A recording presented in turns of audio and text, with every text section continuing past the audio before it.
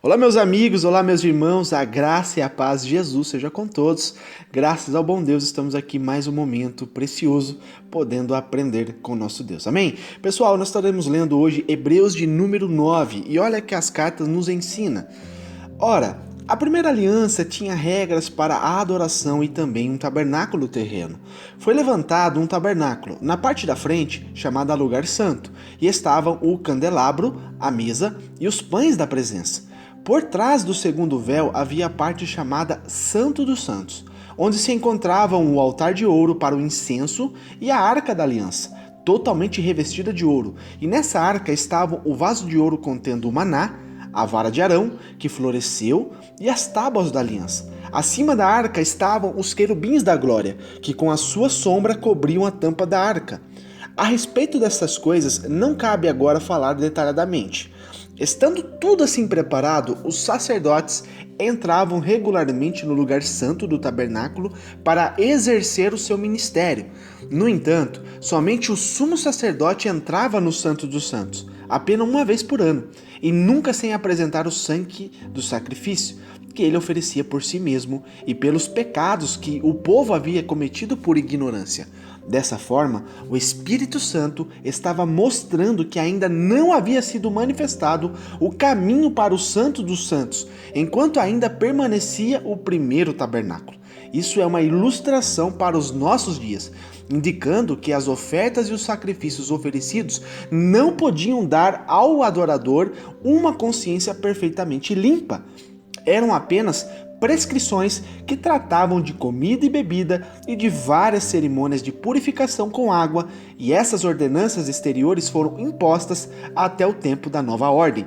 Quando Cristo veio como sumo sacerdote dos benefícios agora presentes, ele adentrou o maior e mais perfeito tabernáculo, não feito pelo homem, isto é, não pertencente a esta criação, não por meio de sangue de bodes e novilhos, mas pelo seu próprio sangue. Ele entrou no Santo dos Santos uma vez por todas e obteve eterna redenção. Ora, se o sangue de bodes e de touros e a cinza de uma novilha espalhada sobre os que estão cerimonialmente impuros os santificam de forma que se tornam exteriormente puros, quanto mais então o sangue de Cristo, que pelo Espírito Eterno se ofereceu de forma imaculada a Deus e purificará a nossa consciência de atos que levam à morte, de modo que sirvamos ao Deus vivo.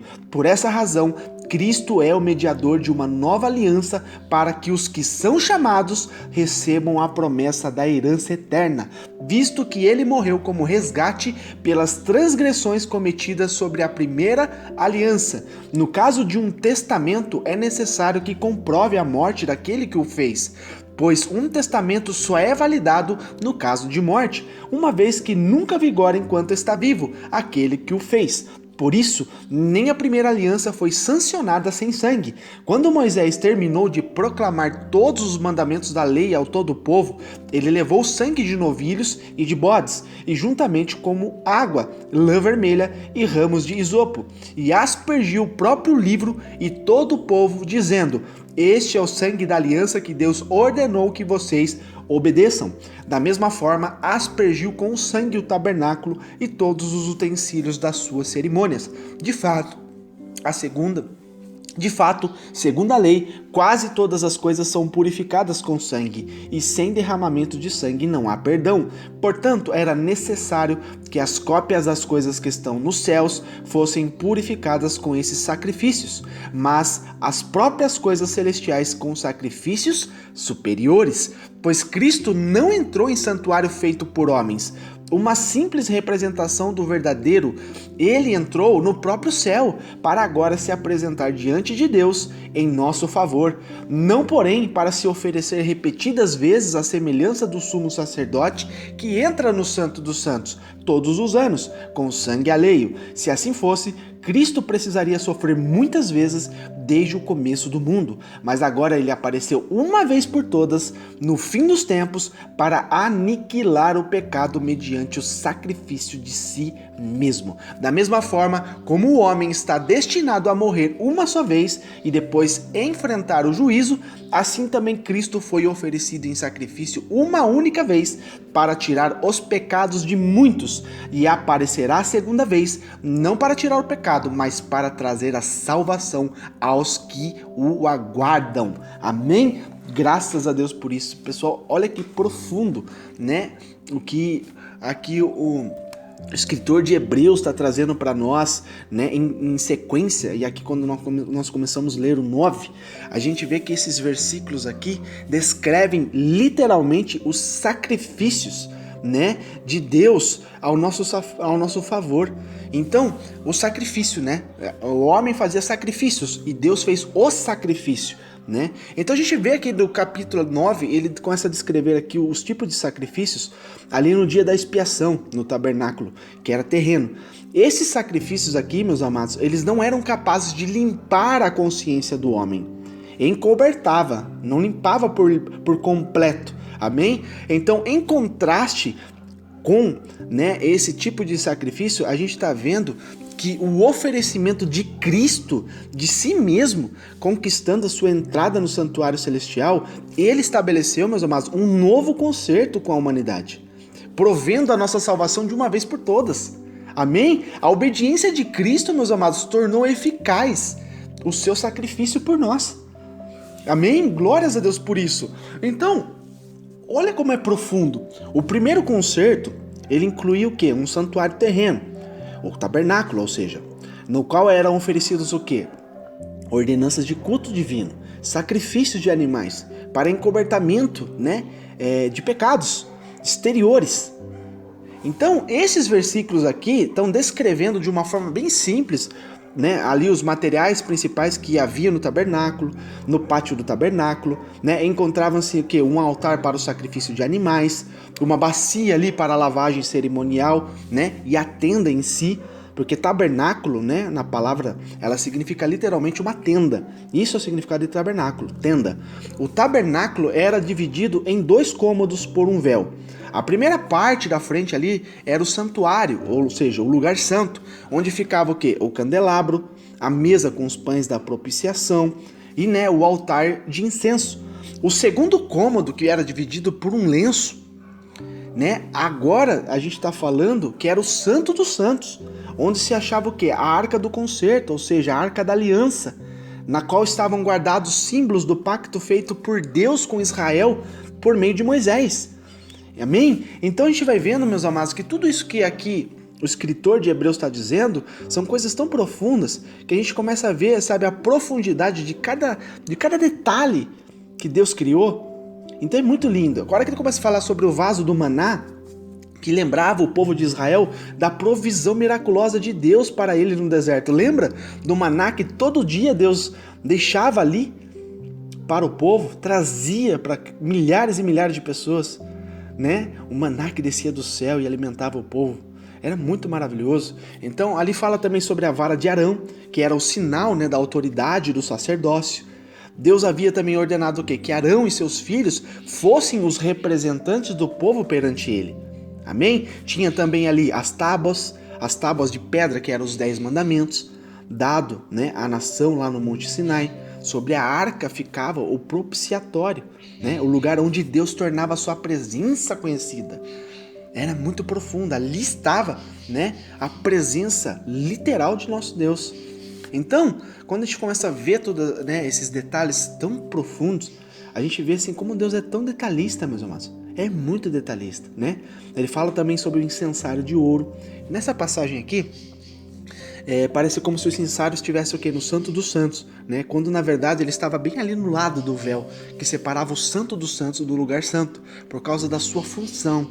No entanto, o incensário era normalmente associado ao Santo dos Santos. A gente vê em Êxodo falando muito sobre isso, Êxodo 30, Êxodo 40, amém? Então entravam ali os sacerdotes no lugar santo pela manhã e à tarde para queimar incenso no altar de ouro e acender as lâmpadas. toda semana no sábado, meus amados, eram trocados os pães da propiciação. A gente vê em Levíticos 24 falando sobre isso, né? Só o sumo sacerdote podia entrar no Santo dos Santos. Só uma pessoa entrava, um sumo sacerdote, uma vez por ano, no dia exato, que era o dia da expiação. Então, o sumo sacerdote, ele oferecia sangue sacrificial por si mesmo e pelas culpas do povo de Israel. Então, no Antigo Concerto, meus amados, que é essa primeira aliança, o acesso a Deus era muito limitado. Amém? A gente pode ver, meus amados, a diferença, né, de uma vez por ano, uma pessoa interceder por ela e a sua família e por todo o povo, e de contrapartida, depois de que Cristo fez por nós, meus amados, agora eu e você temos acesso ao Santo dos Santos. Você compreende como é profundo o que Jesus fez por nós? Glórias a Deus por isso. Então, o fato de que o sumo sacerdote podia entrar no Santo dos Santos uma vez por ano indica o evidente propósito divino de a lei não visar propriamente a levar os crentes à presença de Deus. Então, o tabernáculo ali, meus amados, era uma alegoria, uma ilustração das verdades espirituais, porque foi imitado o que está no céu, aqui na terra, né? Para o tempo presente se refere à época do tabernáculo, ou seja, do Antigo Testamento. Não podem aperfeiçoar. O concerto feito mediante Moisés, ele cobria temporariamente os pecados e a culpa da humanidade, mas não os pecados premeditados e tampouco o pecado inato de todas as pessoas. A gente vê isso, meus amados, em Salmo 51, vê claramente, se você lê, você vê uma confissão de um homem chamado Davi, ou como ele se lança aos pés do Senhor, como ele pede misericórdia, ele faz de tudo para que Deus tenha misericórdia da vida dele, para que Deus poupe ele da morte, né? Então, em outras palavras, o sistema ali da primeira aliança, né, podemos dizer assim, que era falho, não era reconciliando propriamente o pecador com Deus, era encobertava. Agora, meus amados, nós temos literalmente a misericórdia através de Cristo. Hoje nós temos o Espírito Santo, o Consolador que foi enviado para nós. Amém? As justificações. Então, quando ele fala aqui sobre justificação também da carne, isso aqui, meus amados, indica que eram ordenanças externas e temporárias, quer dizer, uma correção, né? Que significa, na palavra grega, ela significa uma nova ordem. Aqui, ela é realçada novamente a natureza temporária do concerto via Moisés, que foi o primeiro concerto, a primeira aliança, né? O primeiro concerto, ele contava com um santuário, terreno, físico, e um serviço de adoração sacrificial, que era o sumo sacerdote, né? Que eram os sacerdotes ali que faziam sacrifícios de animais. Agora, meus amados, Cristo, do mesmo modo, ele teve sim o seu santuário e ele ofereceu sacrifício. Ele ofereceu a si mesmo. Amém? Então a gente vê que o tabernáculo de Cristo é mais perfeito, é bem melhor do que o tabernáculo do Antigo Testamento. Os bens futuros agora incluem o acesso a Deus. É o que Hebreus está dizendo, essa carta de Hebreus. Então, por um maior, ele está falando assim, a preposição por neste contexto significa em conexão com assim o maior e mais perfeito tabernáculo, que não é uma referência, né, ao corpo de Cristo, mas sim ao verdadeiro tabernáculo celestial. Então, através de Cristo, do corpo de Cristo, nós temos acesso ao Deus Pai. Amém? Então, meus amados, é muito profundo. Então, a gente vê que a cerimônia sacrificial ali do sacerdote levítico, ele alcançava um tipo de redenção simbólica, que era limitada e era recorrente. Então, Cristo, por seu próprio sangue, ele alcançou para todos nós, meus amados, uma eterna redenção.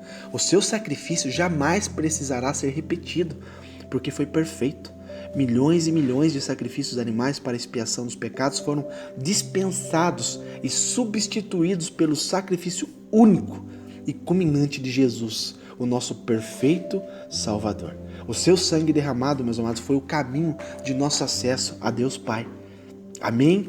De acordo com a lei, meus amados, o sangue de touros e bodes ali, dos sacrifícios que eram feitos no dia da expiação, era um pagamento temporário pelos pecados do povo. Já a cinza de uma novilha, misturada ali com a água, era usado o quê? Para a purificação de alguém que tivesse se tornado imundo pela lei, né? Por haver o quê? Tocado em uma pessoa morta, esse tipo de coisa. A gente vê lá em Números 19 a respeito disso. Então destaca aqui o autor de Hebreus que essas cerimônias alcançavam apenas o exterior do ser, não o seu coração. Amém? Limpava só o exterior da pessoa. Agora é o coração. É o coração. Então, o Espírito Eterno que está dizendo aqui é o Espírito Santo. As três pessoas da Trindade estão envolvidas na purificação. Pai, o Filho e o Espírito Santo de Deus, que vai purificar a nossa consciência. Então, a contaminação espiritual de alguém, meus amados, ela é interna, ela não é externa. A morte de Cristo tem o poder de purificar a mente e a alma da pessoa. Obras mortas referem-se aos rituais da lei de Moisés, que não podiam dar vida. Então, depositar fé e confiança naquilo que já serviu ao seu propósito e já se extinguiu é inútil. É claro isso. Já foi substituído, já foi transformado, não é mais a velha aliança. Isso não funciona mais. Por isso que a gente vê que os judeus, né, eles padecem muito por estarem vivendo ainda a velha aliança, o velho concerto, né? Eles não entenderam ainda o que Cristo fez, eles não compreenderam, eles não aceitam o que Cristo fez. Eles não veem a profundidade, o propósito real, né, do que Cristo fez. Então eles depositam a confiança naquilo que já serviu um dia, né? Mas agora foi extinguido e agora é inútil, não vale mais, não é válido mais. Agora é só Jesus, é o único acesso a Deus, Jesus. Então a desobediência a Deus, né? Que a gente está falando a respeito disso. Então o autor de Hebreus aqui, ele conclama o quê? Os seus leitores, a mim, a você, a libertarmos a nossa consciência das regras da lei e se apegarmos a Cristo. Porque o homem, meus amados, tem uma fraqueza tão grande. Quando ele começa a ler, ele começa a misturar as coisas. Se ele não tiver discernimento, ele começa a ser religioso demais. E a religiosidade começa a trazer um monte de coisa ruim. Começa a trazer vícios, começa a trazer idolatria, começa a trazer um monte de coisa. Rituais para encontrar a Deus. Começam a fazer ritos, né? Se eu não fazer assim, eu não encontro Deus. Se eu não fazer daquele jeito, eu não encontro Deus. Cada um vai criando uma fórmula. E, meus irmãos, é claro, é dobrar o teu joelho, vai pro teu quarto, dobra o teu joelho em secreto e você vai encontrar Deus. É simples assim. Então, é isso que o autor de Hebreus está trazendo para os leitores, a libertarmos a nossa consciência das regras da lei e apegarmos o quê? A Cristo, para a sua purificação. Ao fazê-lo, poderiam que, em vez de servir as obras mortais, servir ao Deus vivo verdadeiramente, o único. Por isso que Deus fala assim, nós temos que adorar em espírito e em verdade. Em espírito e em verdade. Não é carnal, meus amados, é em espírito. Amém? Então, o Novo Testamento apresenta duas bênçãos para os crentes: a redenção e a herança. Redenção e herança. Redenção, meus amados, a palavra mais assim perfeita que eu acredito que entra na redenção para nós é arrependimento. O arrependimento alcança a redenção. E alcançando a redenção, você alcança a herança de Deus, através de Jesus para o homem. Amém? Então, meus amados, arrependimento, nós encontramos Cristo. Encontrando Cristo, meus amados, nós somos conduzidos agora à presença do Deus Todo-Poderoso. E servindo ao Senhor fielmente e seguindo este caminho, trilhando o caminho com obediência, com lealdade, nós teremos essa herança que está escrito aqui no final de Hebreus 9, que fala que o Senhor, ele está sendo claro, o Senhor voltará. Voltará. Ele diz assim, vai aparecer agora pela segunda vez. Pela segunda vez. Não para tirar o pecado, quer dizer, para tirar o pecado ele já veio. Agora ele voltará para fazer o quê? Para trazer salvação aos que aguardam. Não está escrito salvação para todos. É para aqueles que estão aguardando com fidelidade, guardando com sinceridade, guardando, meus amados, com obediência à sua palavra. Amém? Quer agradar a Deus? Seja obediente a Deus. Quer alegrar o coração de Deus? Seja como Cristo foi. Seja perfeito como Ele é. Amém? Todos os dias temos que nos moldar. Todos os dias temos que nos negar a si mesmo, tomar a nossa cruz e servir ao Senhor. Glórias a Deus por isso. Amém, meus irmãos? Então, pessoal, aqui a gente está vendo claramente, né, o que os Hebreus estão dizendo. Então, para finalizar, o sacrifício de Cristo foi o melhor do que os feitos sobre o antigo concerto. Por quê? Porque ao fazê-lo, ele não entrou em um santuário feito por mãos humanas, né? Figura do verdadeiro, mas ele ingressou no verdadeiro santuário que está no céu, perante a face de nosso Deus. Por isso que a palavra diz que Jesus está à destra de Deus Pai, intercedendo por mim e por ti. Amém? Glórias a Deus por isso. O sacrifício de Cristo foi melhor do que os feitos sobre o antigo concerto, porque ele não ofereceu um sacrifício de animais, né, periódico ali, anual, mas ele ofereceu o sacrifício de si mesmo, e de uma única só vez. Na consumação dos séculos, a vinda de Cristo marca o clímax da época do Antigo Testamento. Como as pessoas morrem uma só vez, Cristo morreu uma só vez, não como os repetitivos sacrifícios do sistema levítico. Todavia, diferente das demais pessoas, Cristo não morreu e enfatizou o juízo. Ele morreu uma vez para então vir e aparecer uma segunda vez para a salvação do teu povo. Aqueles que o esperam não são propriamente todos aqueles que se dizem crentes, mas somente os que se mantêm firmes até o final serão justificados e receberão a vida eterna. Amém? Isso é uma palavra de exortação para mim e para ti, meus amados. Vamos manter a nossa fidelidade com Deus. Vamos manter a nossa vida espiritual sem mácula. Amém? Vamos viver uma vida de zelo com a palavra de Deus. Amém? Porque a palavra é clara, né? Não são todos que verão. Todos que dizem, eu sou crente, eu fiz isso, eu fiz aquilo. Não são todos, meus amados. Somente os que se mantiveram firmes até o final, esses receberão a coroa da vida. Amém? Deus te abençoe com essa palavra. Fique na graça e na paz de Jesus Cristo.